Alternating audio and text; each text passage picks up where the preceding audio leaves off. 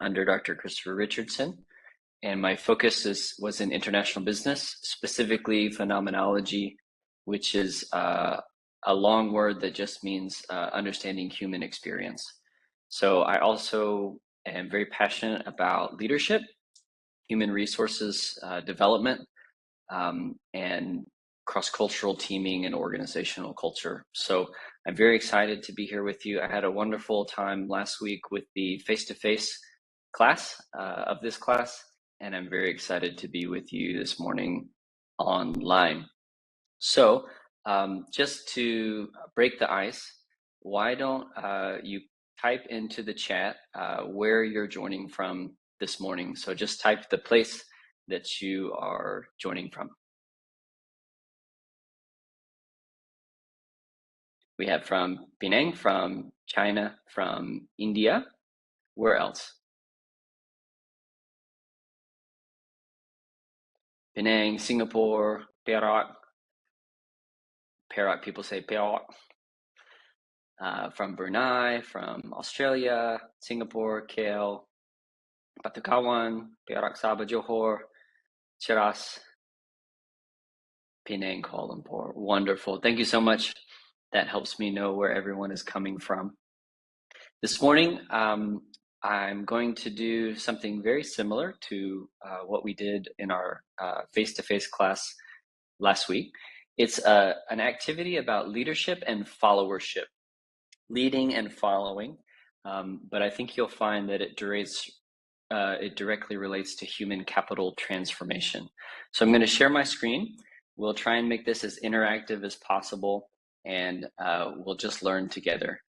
I have done much more academics than business, so you guys are the experts in business, so this is an activity to help us learn together. Okay, so I'm going to share my screen in a moment, and then we'll get started.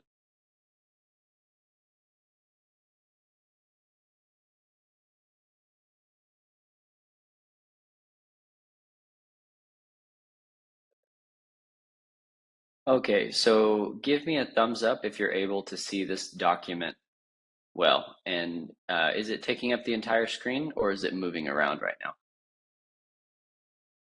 Entire screen. Wonderful, thank you. That's what I want. Okay, so this activity is called the world's worst boss. What we're going to do together as a class is we're going to design the world's worst boss for the first part of this activity, okay? So step one is in the chat. I'd like you guys to have a look at this table. You see it says world's worst boss here, and then it says what are they like and what do they do.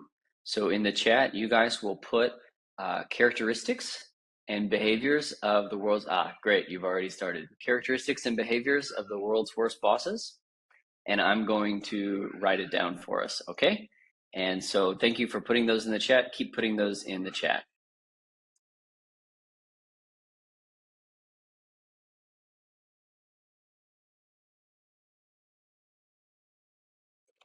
Micromanaging, manipulative, greedy, over promising, pushy, tyrant, no empathy, poor communicators, credit hogger, credit hogger, unfair, a blame, overly demanding, they're selfish, they lie, poor communication skills,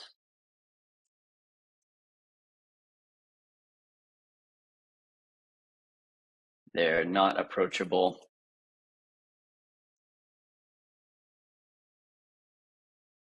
They practice favoritism. They avoid conflicts and no integrity. Now we need some more lines.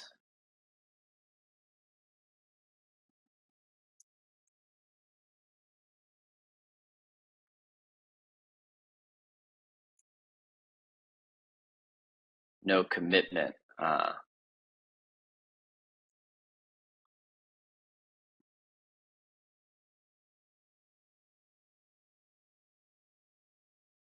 Right, let me get us a few more rows. I want to make sure we have all the characteristics of the world's worst boss in here. Okay, so we have low EQ.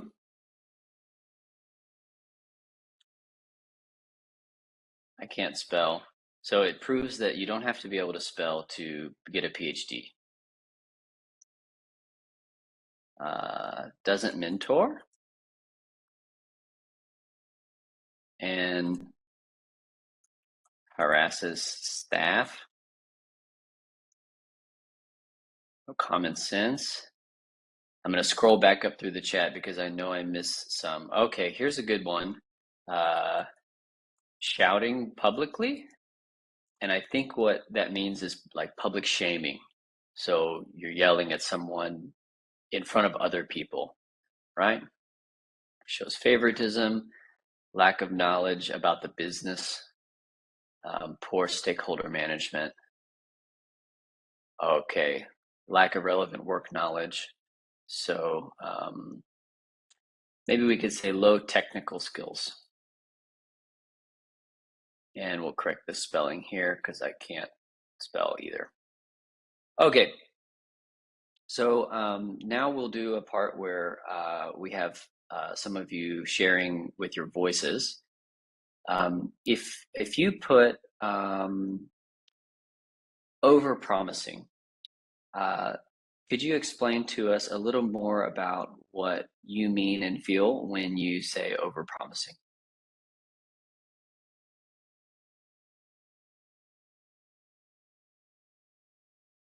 So you can unmute your mic and share.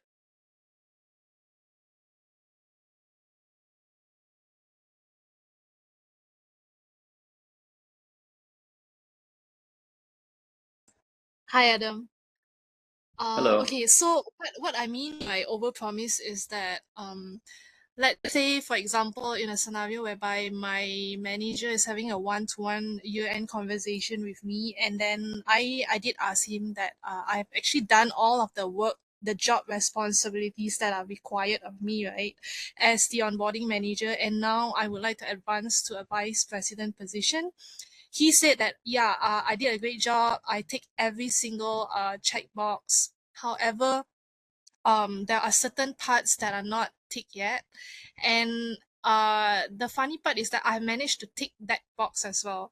So he's like going around the table and like saying, okay, this year it will be your turn to get promoted, and then it's the same story over and over again from 1 year to the other year. Thank Does you. that make That's sense? helpful clarification. Yes, absolutely. So over-promising when it comes to promotion. Correct, yes. Yes, all right, that's good. So the next one, why don't we have someone share, what does it look like for a boss to be greedy? How have you seen that happen in your own experience?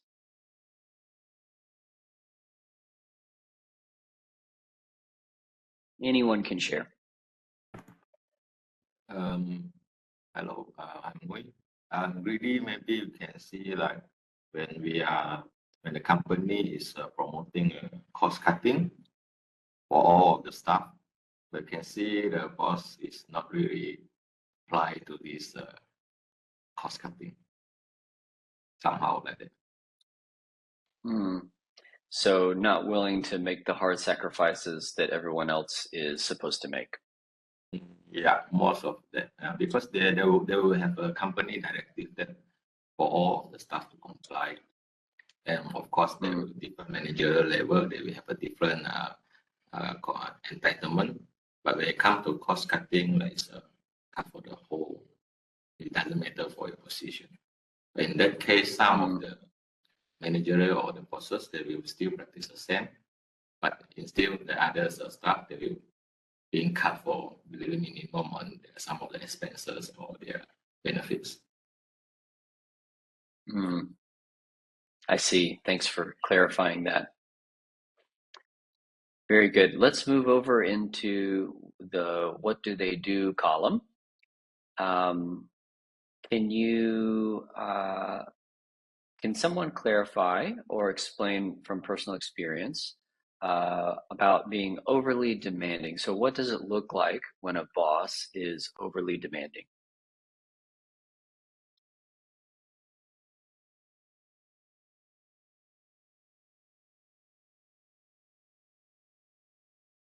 Dr. Eder, I think my views when the boss is overly demanding is putting tasks which physically could not be achieved either by a time frame limitation or resource limitation.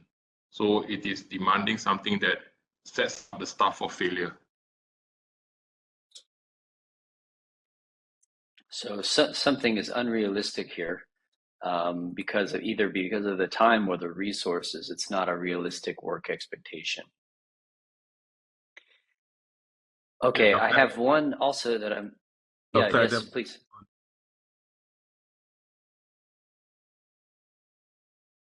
Let's take from the top without analyzing the request and just push it down. And sometimes the request from the top could be unrealistic. And just to manage top leaders, the leader could actually just being very unreasonable. So overly and use demand beyond the capability of the team or the time scope of a team. I see. So maybe sometimes bosses are Yes. I always share with my boss this statement. It says, it takes 9 months to get a baby, and you can't take 9 women and produce a baby in 1 month. Right? Because some tasks, it requires a process to go through a appropriate process. So again, that's why I said overly demanding leaders who don't understand the job. I think you can link it back to don't understand the job, don't low technical skill, and so on.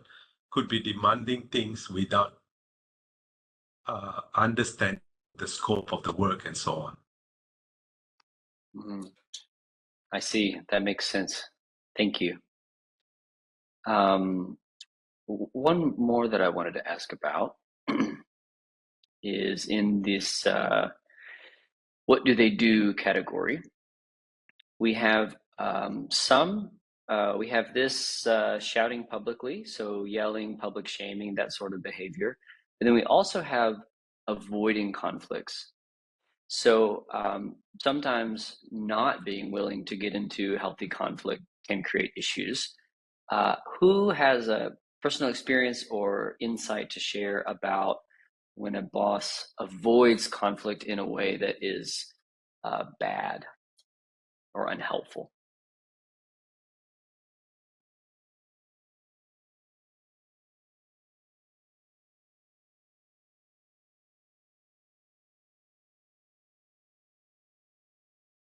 Maybe I can share about the human resources, not really, it could be a human resource manager, who I presume supposed to be leader as well, to avoid conflicts among the staff when it was raised. So when managers approach the human resources, when they have a conflict among their employees, and the human resources just try to stay away. In fact, from my experience, I have experienced a human resource senior manager who always used this word that human resources have to stay neutral. Yes, I agree to that. But to the extent that it cannot always be like, not coming to a conclusion and addressing what the wrongdoers have to do. In a conflict, at times there are a wrongdoer that we need to address, but in most cases, I see that this person will always try to use the same method instead of isolating certain cases and approach different method.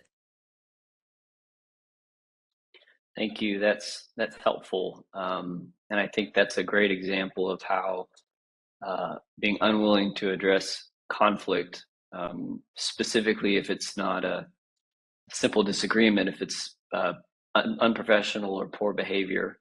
If someone steals money, human resources should not be neutral. That would need to be addressed very directly. Okay, so I want to make a point here. You guys, it was amazing. You guys were able to answer so fast all of these characteristics of what the world's worst boss is like and what he or she does. And I didn't even capture all of the responses here, okay?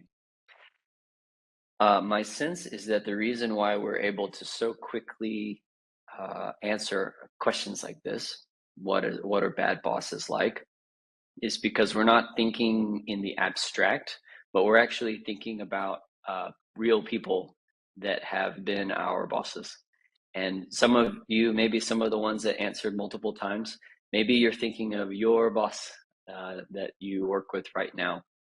So it's very easy to find those things that are very difficult to deal with a boss. So I want to ask a question before we move into our next portion. Give me a smiley face or thumbs up on your in the chat if you are a boss, meaning that you lead others in your job. Let's see, 1, 2, 3. Yeah, so 4. So quite a few. So many of us, I think most of us have bosses, and many of us are bosses to some extent. So I want to ask a question for you to buat orang susah saja. You are a boss, yeah. So I want to ask a question because we know what the world's worst bosses are like. We know what they do, but it can often be very hard to not actually do these same kinds of behaviors when we first become a leader. So some of you might have become a leader very recently, or you might have a lot of experience, but you may also struggle with some of these issues. So I'm going to lead us in a time. It's not meant to be super serious, but it went okay in the classroom session last week. I'm calling it a time of confession. So if you've ever seen on TV, or maybe if you're a Catholic, people go into the Catholic Church and they sit in the confessional booth and they talk to the priest about their sin and they confess. Well, we're going to confess a little bit before we move forward. Unfortunately, I do not have the power to forgive your sin. Only God has the power to forgive your sin. But I still think confessing is important. So here's what I want to see in the chat. Father, I have sinned. Yeah. Here's what I want to see in the chat. If in the last year you have done any of these things as a leader, I just want you to say that you did it. And I'm going to put like a little plus mark here as we share. I'm going to start because I won't ask you to do something that I'm unwilling to do because I have a couple of employees. So I'm going to say I am confessing that in the last year I've been overly demanding. And I have been not approachable because of being too busy and overscheduled. And because the people that I employ are from a different culture, my communication skills need work. So I'm going to confess this poor communication skills. Okay, so for those of you who lead, I'd like you to share, if you're comfortable, have you messed up in any of these ways in the last year? So go ahead and put it in the chat and I'll document it here. Thank you for that confession. Okay. We have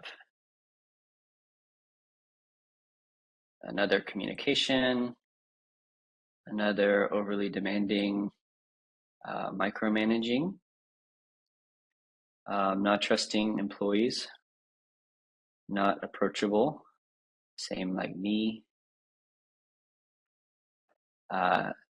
lack of empathy, doesn't mentor,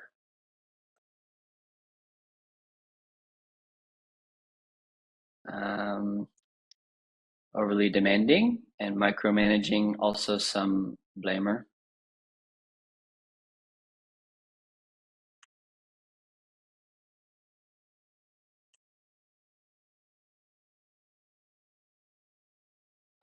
My confession, always have a reason for being for not being a better boss, like being busy.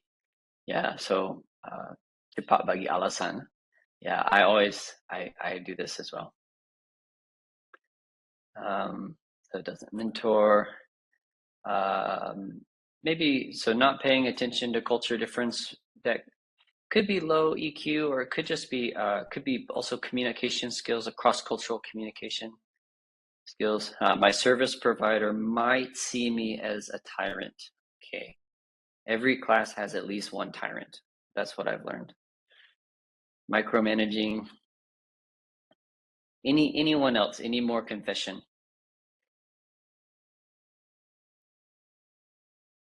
Any credit hogger? Anyone taking credit for others' work?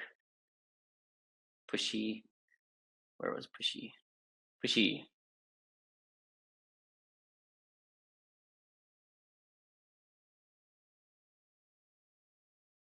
Okay, so far, as a group, some of our biggest challenges are micromanaging,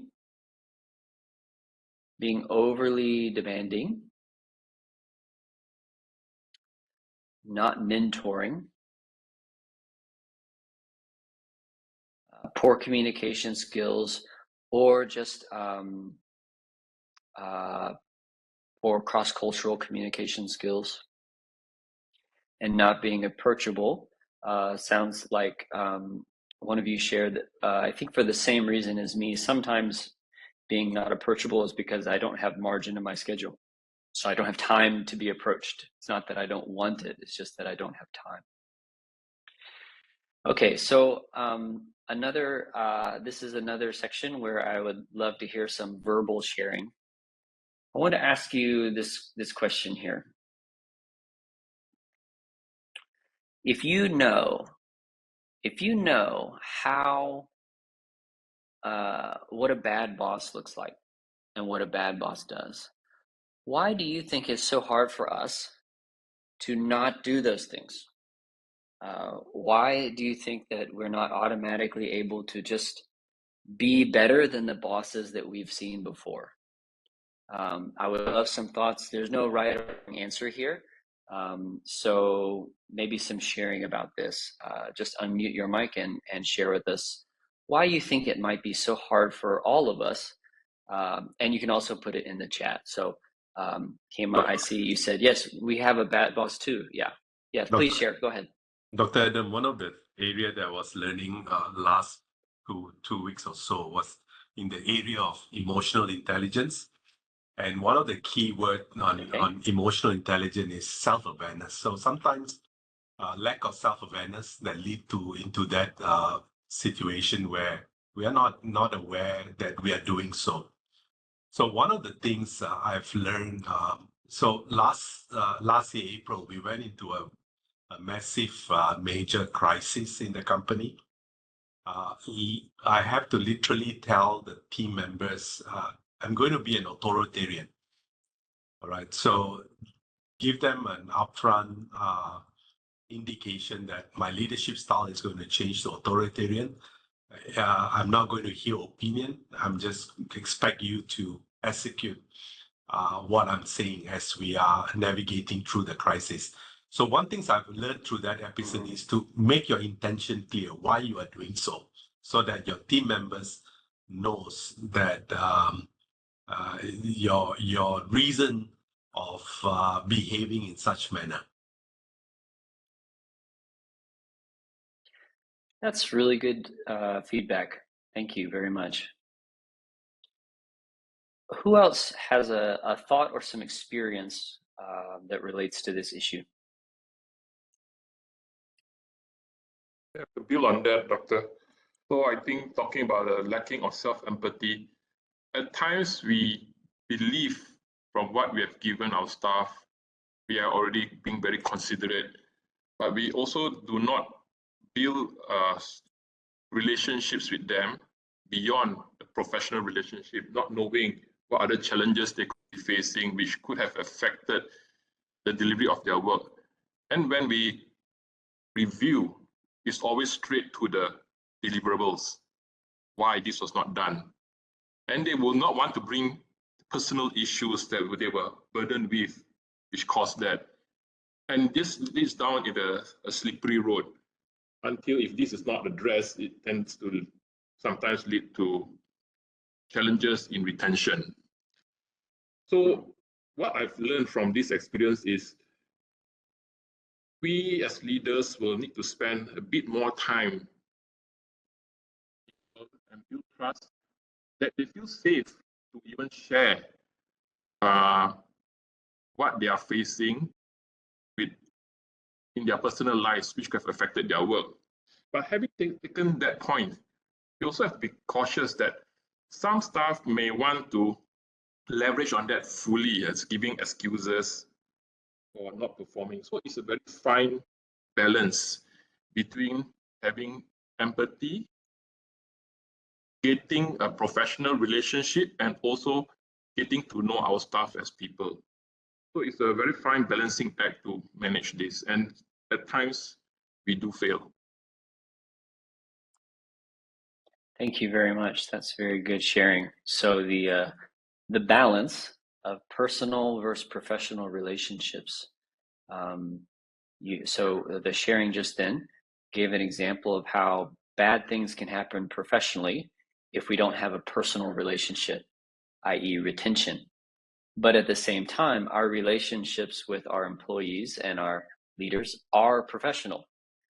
So there are professional outcomes and deliverables, professional tasks that are important. It's why we're in relationships at work in the first place. So there's a balancing act there. Thank you. That's very good sharing. But there's one danger. Who else would like to share something? There's one danger on personal attachment. Sometimes it could cloud our decision-making process. Sure. Right. So and that could get into. Yeah, you said it well, striking the balance, right? So when you are making a decision, you don't bring in your personal attachment. Yes, so we listed up above here. Where is it? There, I know someone said nepotism and showing favoritism, so practicing favoritism. So these would be things that could happen if we don't strike a good balance. That's very good. Who else would like to share? So I would like to build a bit more on what Vivek said just now. It is, yes, there is a risk of personal attachment. So the way we have to do it very consciously, if we do not build the personal discussions just with the people we are comfortable with, we have to even diligently, consciously develop a relationship and understanding of the staff's personal circumstances, even for those we dislike. Because sometimes we find out through that there's some circumstances which we're not aware of, which totally clouded our impression of the person.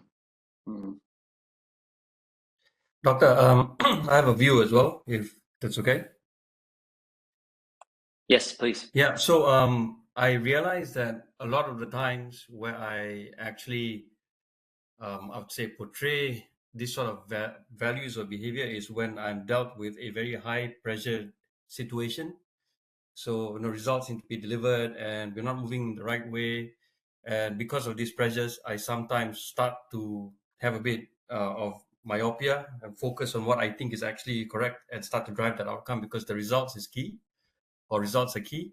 And also, when I first got into a leadership role, I wasn't necessarily given some degree of guidance. I noticed what was the cultural organizational norm and took that as gospel, as that is the way a leader should be, should behave, and that's the practice of leadership that one should portray. So I guess both these things have sort of contributed to instances in which I have, sort of behaved in the way the world's worst boss have or should behave. Yeah, you bring up a fantastic point that I was hoping someone would bring up, and that's the fact that being a leader, or even you might call it a boss or a manager, may not be the same job that got you the promotion. So Penang is filled with tech companies, and often in tech companies or engineering roles, but many other roles as well, our technical skills get us noticed, and we have early success with technical skills, and then we're promoted into some kind of leadership role. And sometimes there's no training on how to actually lead. Oftentimes there is a culture that may have some good things and may also have some bad things related to leadership. You mentioned, I think if I understand what you're saying, you led in the same way that you saw leadership modeled for you. And then Right. but sometimes we don't even know when we change roles that it's actually a different job with a different skill set. So being technically good at work versus leading others to be technically good at work. This could happen on all kinds of teams. So that's a very important point of self-awareness that you've developed, is that a leadership role is not the same job as you had before, and you may not have had the equipping required to really flourish in that. So that's really, really good feedback. Who else has something to share on this subject? Yeah, Adam. Hi, I'm KN. So Hello. first of all, when you ask for the characteristic of a bad boss, I'm sorry I did not contribute because I don't think that is it's too negative to me to talk about the bad things. But anyway, I think there should be some reason why of you doing so. For my background, I have a couple of years reporting to tech companies from being a technician, and later I worked for a Hong Kong company, moved to Hong Kong to work for a different boss for another few years, and after that actually I came back to Malaysia to become an entrepreneur, start up an own business. But when I reflect back to the days when I was working, right, I don't really think the bosses are bad because as of today, when we say about empathy, right, empathy goes both ways. When you say the boss does not have empathy, but do you have empathy towards your boss? Do you have self-awareness? And over the past over 20 years, I have been managing a company, and being a boss and being an employee is there are two different lenses. So if you are not aware of what you knows or understands, then you put that blame. And over time today, I can name a lot of characteristics of problematics, I would say, employees or team members, like negative personalities, no blamers, narcissists, advantage takers, confidently incompetent, talented terrorists. All these are two sides of a lens. So I still think that there are certain areas like circles that we can control what we can do, and there are certain circles that we can influence, including our bosses. But we have to understand that there are certain circles that we cannot control. All right, thank you very much for that sharing. That's a few great points you made there. That empathy goes both ways. A few years back, someone asked me, what is it that your boss truly wants? And I thought, I have no idea what my boss wants. I had never thought about it. I was only thinking about what I wanted. So that would honestly be a little bit of narcissism, like you mentioned. It's all about me, or at the very least, selfish. Okay. And then I think you make a good point is we can talk about employees and bosses, but actually most of us are both. Even all of us in this call who lead, we have authority above us. Even if you're the CEO or the managing director, you have stakeholders. Honestly, if you're the MD, you work for everyone. So in some way, everyone is your boss. So thank you for that sharing. Maybe one more, if someone has another comment that they'd like to make about why is it so hard to be a good boss? Hi, Dr. Aaron, this is KH. Probably I want to share something which is very relevant to what we discussed here. So in my previous 360 assessment many years ago, I actually was surprised to learn that I need improvement in sales awareness, just like Vivi. I therefore try to do self-reflection, what really happened. And I conclude that is mainly due to two reasons why it's difficult for me to know about the outline. The first one is about really the gap in the knowledge, because most of the time, I assume my team actually had the same knowledge and information as I have. So when there's a miscommunication and the team actually do not understand what we've been discussed, this is the first reason. And the second reason is because I will conclude it as a culture, because especially in China, it's so difficult to get constructive feedback. Even for positive feedback, it's actually very difficult in China. So people don't easily give feedback to anyone, especially in China. So you may not know many things if they do not tell you. Thank you very much. That's really helpful and also important to see that many teachings about management come from a specific culture. For example, you may see a model of management that comes from the West. And you could learn something that's very informative, but also it might not exactly fit with the national culture of where you live and work, or the company culture of where you live and work. So I think that's a good sharing of, we have to be aware of what culture is like where we are. Thank you, sir, for sharing that. Okay, so most of you, I learned from the chat where you are joining from. We have many from Malaysia, India, Singapore, China, Brunei. Most of these locations are multicultural locations. And one of you shared in the chat, in the confession time, maybe some poor communication skills simply because Dubai, thank you, simply because Dubai is very multicultural, simply because you didn't consider the other person's culture. And so this is extremely difficult. I would say, as an international business researcher, most of the research models involve comparing what it's like to live and lead and manage across just two cultures. So you'll find lots of research about British expatriates in Singapore, for example, or Japanese expatriates in America.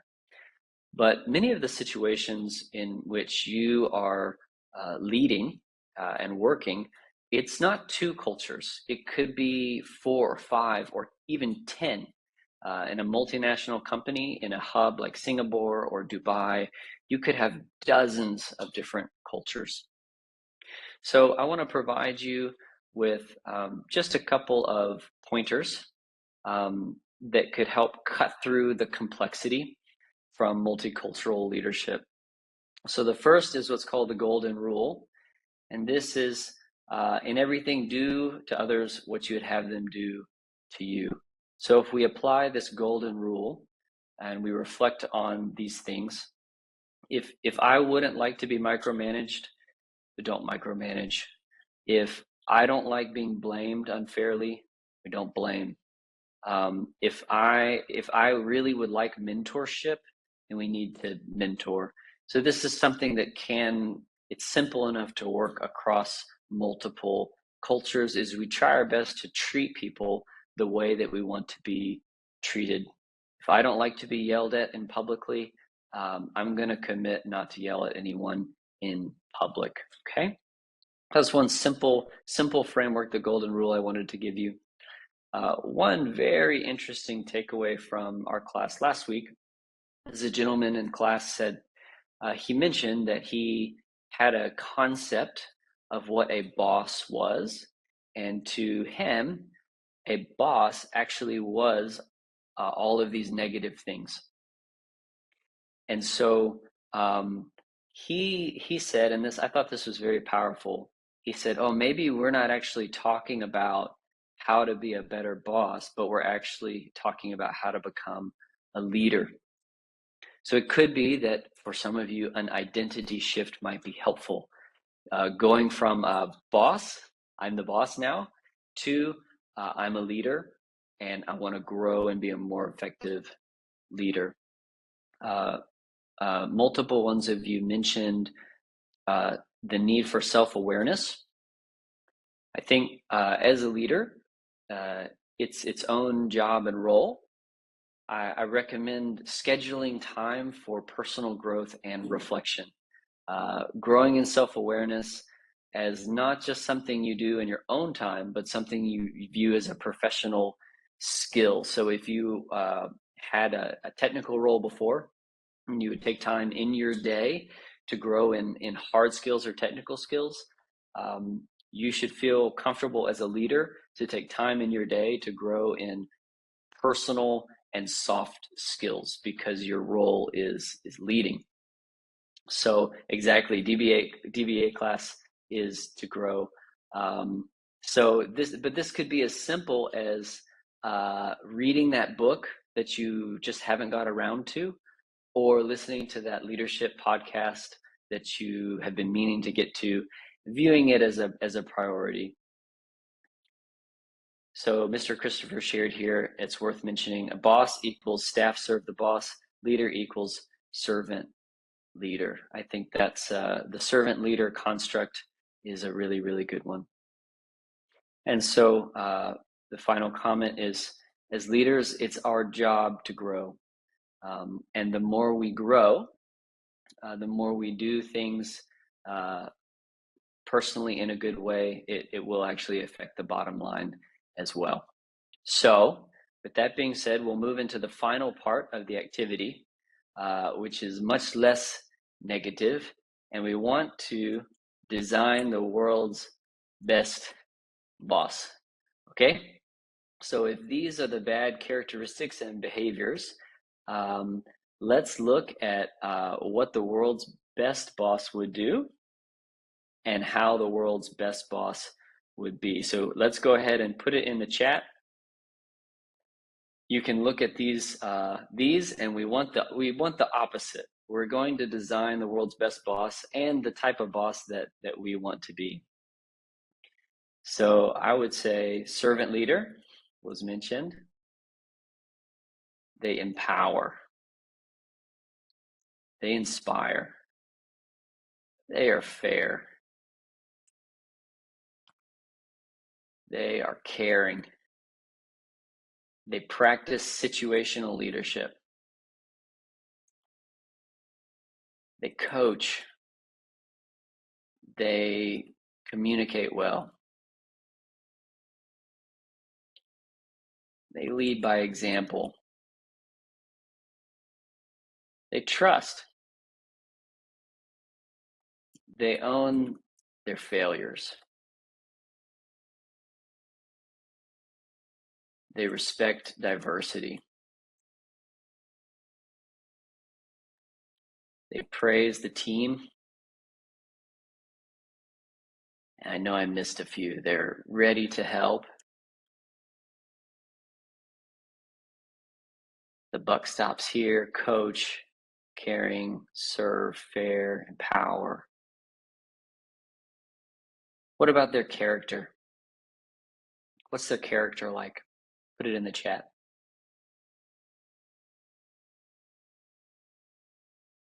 They're humble. They're approachable. They're curious. This is convicting for me. Sometimes I am way too quick to share what I know, and I'm not curious about what someone else knows. Empathetic, under promise, over delivered. So realistic expectations. It's a good one. They forgive. They forgive. When you mess up, they forgive you and they let it go. They give second chances.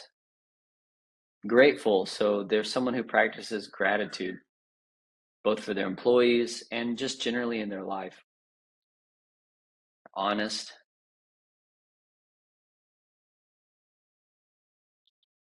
Give opportunities to grow and excel.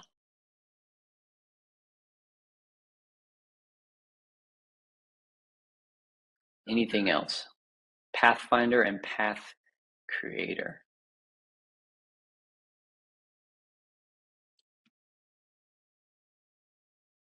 They mentor and coach.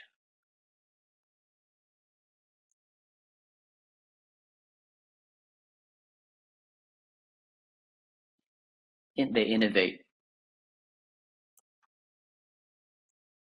Yes, and of course the opposite of greedy would be generous. Very good.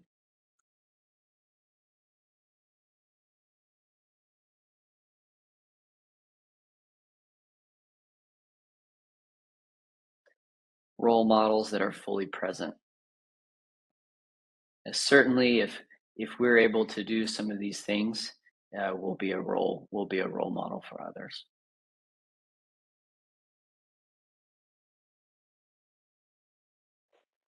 So I want to encourage you as leaders, if you're currently leading or if you hope to have an opportunity to lead in the future, to not view this as like rules or a law, but view it as an aspiration.